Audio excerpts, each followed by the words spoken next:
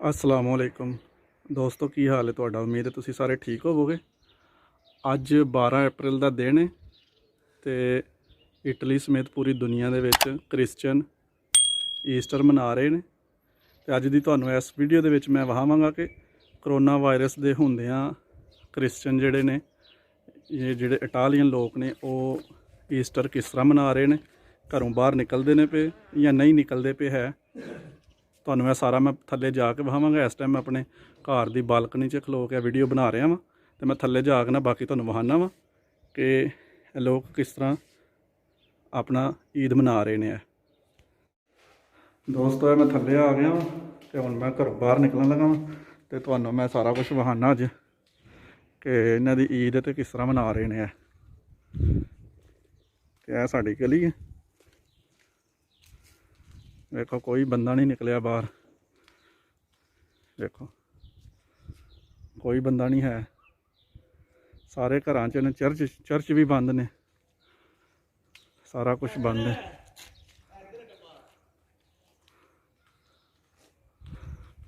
तो हुण अज दे दिन तक 12 अप्रैल तक 1,52,000 बंदे जिहड़े ने बीमार हो चुके हैं।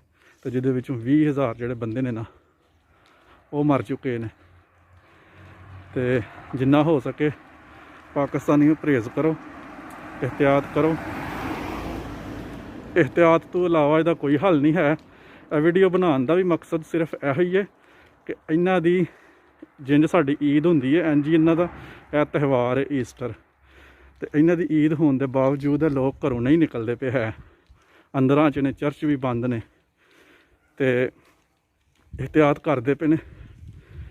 एहतियात करन नाल ही जिहड़ा ना मरीज़ घटने ने। होर इहदा फिलहाल ना कोई दवाई निकली है तो ना ही कुछ होर इहदा हल निकलिया। तो पाकिस्तान लोग नहीं एहतियात करते पे है, लोग बाज़ारां च फिरदे ने, उंज फिरदे ने।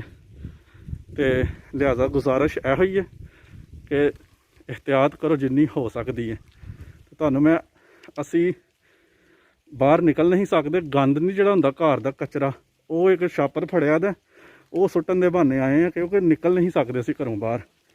वो सुट्टन दे बहाने आए हैं। वीडियो मकसद वीडियो बनाना सी, तुहानूं विखाना चाहते सा वीडियो बना के ना कि वेख लो यह हाल जे। तो कचरे का सिर्फ बहाना सी, बनानी वीडियो ही सी।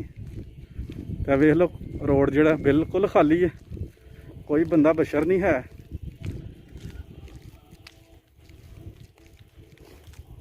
यह जी अगली गली इत्थों असीं टर्न होवांगे, क्योंकि गली की नुक्कर दी कचरा सुट्टण वाला डब्बा सी ते असीं सगों थोड़ा दूर आए हैं।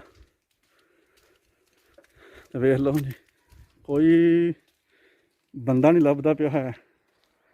यह एक गड्डी आई है, तुहानूं विखा दिंदे बस। होर कोई नहीं बंदा निकलिया घरों बाहर।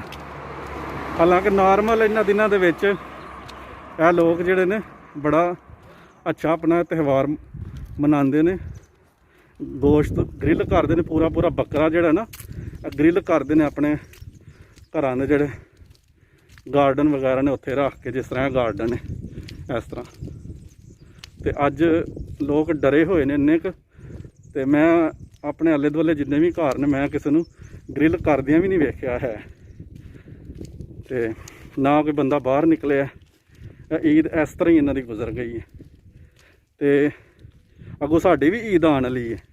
तो वीडियो वेख के कुछ सबक हासिल करो यार अपने जिहड़े पाकिस्तानी ने ना। तो ना निकलो बाहर यार, जिन्ना हो सकता है